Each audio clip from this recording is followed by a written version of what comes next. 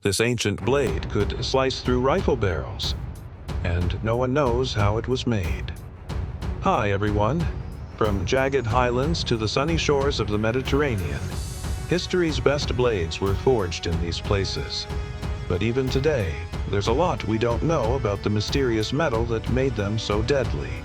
Because back when the Ottoman Empire was at its peak in 1517, they invaded Egypt and seized the city of Damascus. They took back with them to their capital of Constantinople the skills of some of the finest swordsmiths in the region. Over the next few decades, they would forge an incredible new weapon that was almost otherworldly in its capabilities. It was called Damascus steel. These weapons were said to be incredibly hard and resilient, while also being flexible and capable of holding an edge longer than any other steel. These legendary blades are often seen in old Victorian-era paintings where the light catches their intricate patterns. It seems almost impossible that such a beautiful piece of craftsmanship could have been lost to time. So let's take a closer look at what makes Damascus steel so special. Scientists actually have a few theories about how this was accomplished. We don't know for sure which one is correct, but we do have evidence of all of them. The first has to do with a type of bloomery furnace that was popular in the Middle East and Asia. A bloomery is a primitive kind of furnace that was used before advanced metalworking techniques were invented. Basically, it works by putting iron ore and charcoal in separate layers inside of a furnace and then pumping air into it. This created an environment where the iron oxide in the ore would react with the carbon monoxide produced by the charcoal. This creates a sponge-like mass of iron that contains a high amount of carbon. This is important because the more carbon in your steel, the harder it will be.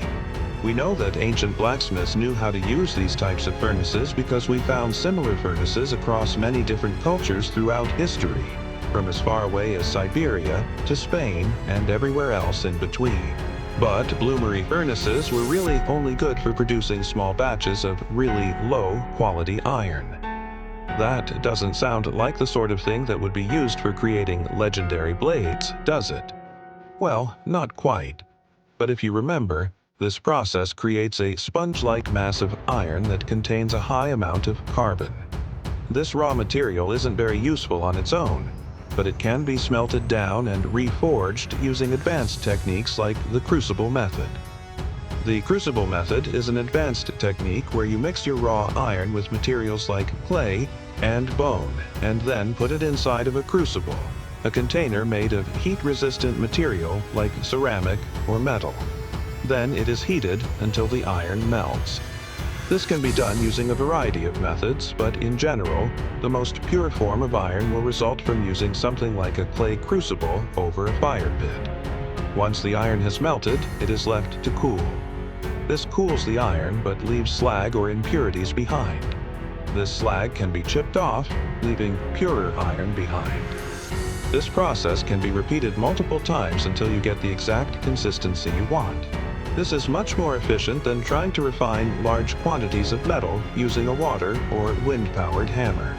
And it allowed ancient smiths to work with larger pieces of metal. But it still wasn't enough to create Damascus steel on its own. For that, they needed one more trick. Now, as the iron is heated up and cooled, different metals in the mixture solidify at different rates. When you see the finished product of Damascus steel, you're looking at a series of alternating light and dark bands. Each band represents a different metal, and those metals are what make Damascus steel so strong. You see, each of these metals has a different rate of expansion and contraction. As the metal heats up and cools, all these metals try to expand and contract at once, but they can't, and that causes internal stress. This helps it to flex without breaking. But just knowing this isn't enough to recreate Damascus steel. In order to pull this off, we need to know exactly what metals were used and in what quantities. While historians have a pretty good idea, scientists haven't been able to replicate the full effect. Scientists believe that the secret might lie with the final step of the process: tempering. Tempering is a process where the metal is heated and soaked for a period of time to relieve internal stress. But the exact temperature that you heat it to determines whether the metal is going to be hard and brittle or tough and flexible. This process has been known to reduce internal stress in metals since around 800 BC.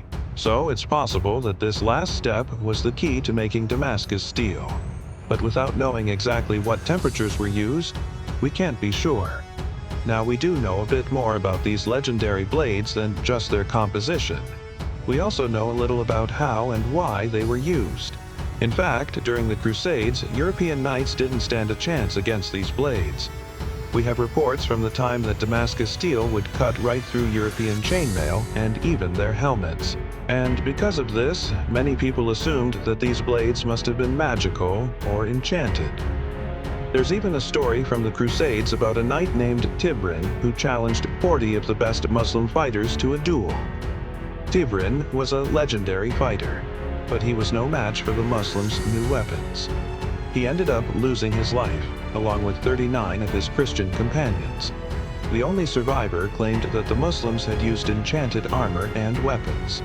It's likely that this story was propaganda designed to get Christians fired up for the Crusades, but it shows how terrified Europeans were of these new weapons.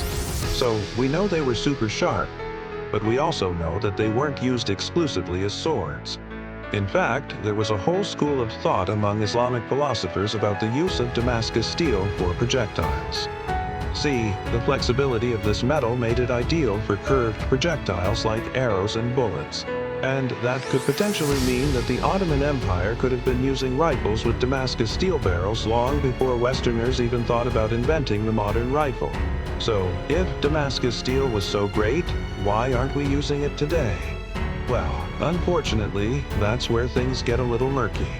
History tells us that the Ottomans were at the height of their power when they seized Damascus. The swordsmiths of this region were already legends. But then suddenly, in 1683, the Polish army fought back against the Ottomans and pushed them all the way back to Constantinople. It is believed that many of these weapons and their blueprints were either destroyed or taken with the defeated Ottomans back to Poland. And that may mark the end of Damascus steel. But why did this happen? There are two possibilities. The first is that this was simply a case of the right place at the right time. It's possible that the Ottoman Empire happened to invade Damascus just as the swordsmiths there had mastered the art of Damascus steel. And then, when the Ottomans fell, all that knowledge was lost. The second possibility is a little darker. What if the Ottomans didn't lose their technology when they were defeated? What if they purposefully hid their knowledge and destroyed their records to prevent others from ever learning the secrets of Damascus steel? Some believe that they may have deliberately set their knowledge to grow in secrecy, choosing instead to hoard this power for themselves and keep it hidden from the rest of the world. For hundreds of years, scientists have tried to figure out exactly how this process worked. And while they have some theories, we'll never know for sure. Even though we know that every stage of the process involved heating, cooling, and reheating the metal, we don't know the exact combination of steps or the precise measurements of each. We don't know what metals were used, or how much of each, or how long each stage took, or at what temperature it occurred. So even though we have a good idea of the general process, we still don't know all of the details. In the end, maybe we weren't meant to know. Was Damascus steel a lost art or lost knowledge we were never meant to rediscover? Let me know your thoughts in the comments below. Thanks for watching. Remember to subscribe if you want to catch our future videos. We'll see you next time.